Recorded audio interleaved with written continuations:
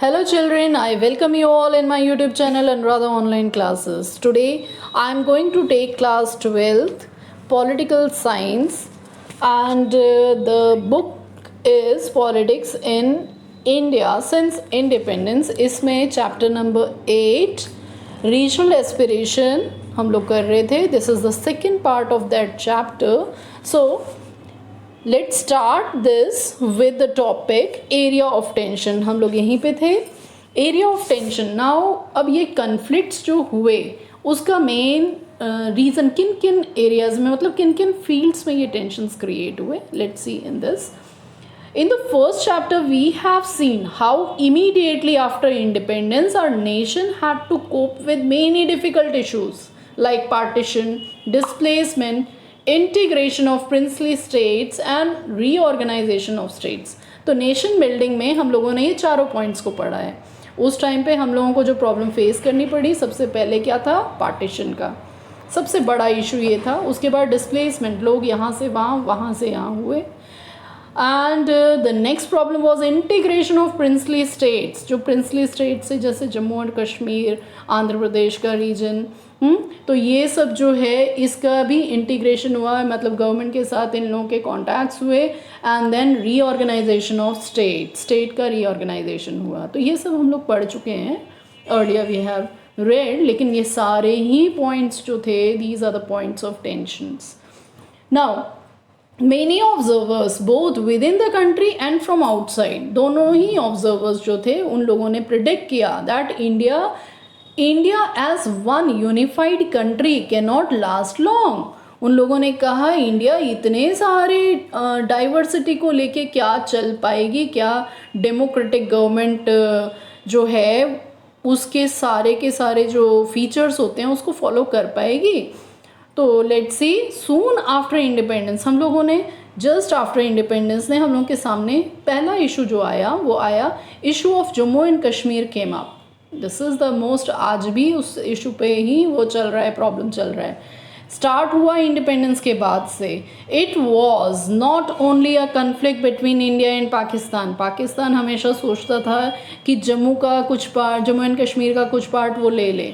तो इस चीज़, और इंडिया देगा क्यों, तो इस चीज़ पे टेंशन स्टार्ट हुई थी इंडिपेंडेंस के टाइम से, और वो टेंशन आज भी चल रही है. मोर देन दैट, इसके बाद हम लोग आते हैं, it was a question of the political aspiration. ये एक पॉलिटिकल एस्पिरेशन है of the people of Kashmir valley.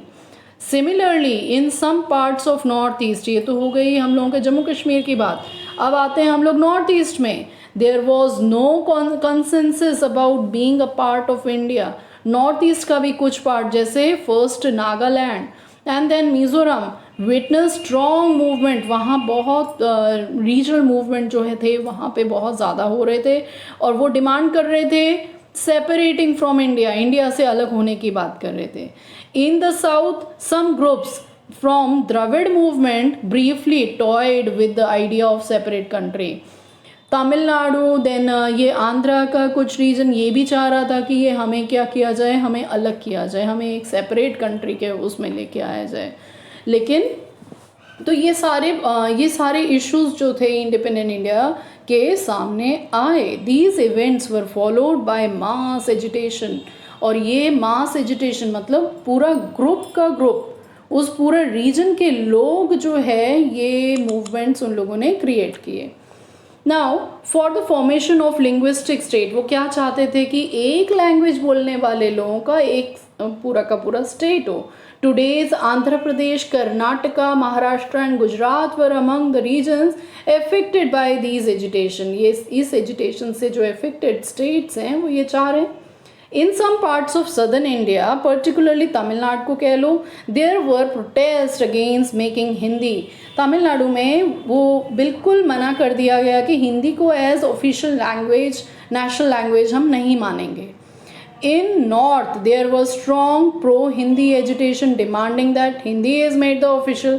और North के लोग कह रहे थे हिंदी को ही हम लोग के राष्ट्रीय भाषा ऑफिशियल लैंग्वेज उसको लेना पड़ेगा. तो ये नॉर्थ का डिमांड था, और साउथ का डिमांड था कि नहीं, हिंदी नहीं रहेगा ऑफिशियल लैंग्वेज.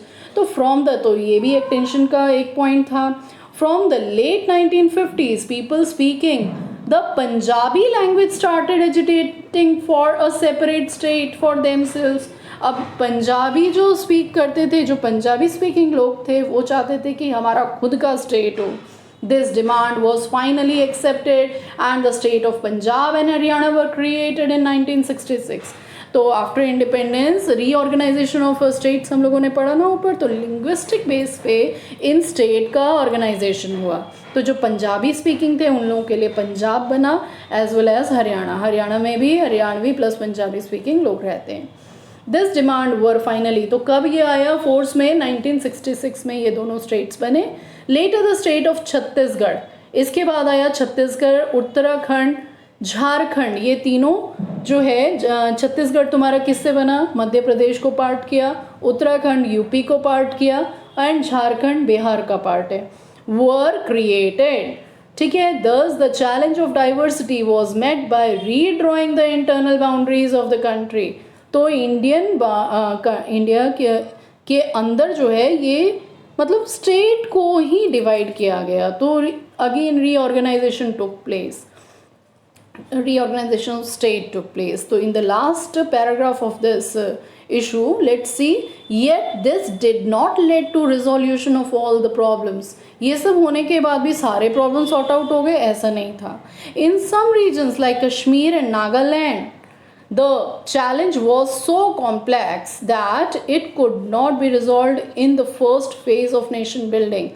या हम लोगों ये सोच लें कि भाई जम्मू और कश्मीर की प्रॉब्लम सॉर्ट आउट हो गई और मिज़ोरम की प्रॉब्लम सॉर्ट आउट हो गई, ऐसा नहीं था.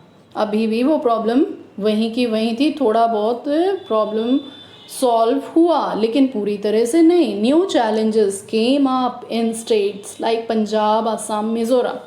Late us study these cases in some detail. हम लोग पढ़ेंगे इसको डिटेल में, one by one will study this. सबसे पहले हम जम्मू कश्मीर को पढ़ेंगे. सो children, in the next video we will discuss about Jammu and Kashmir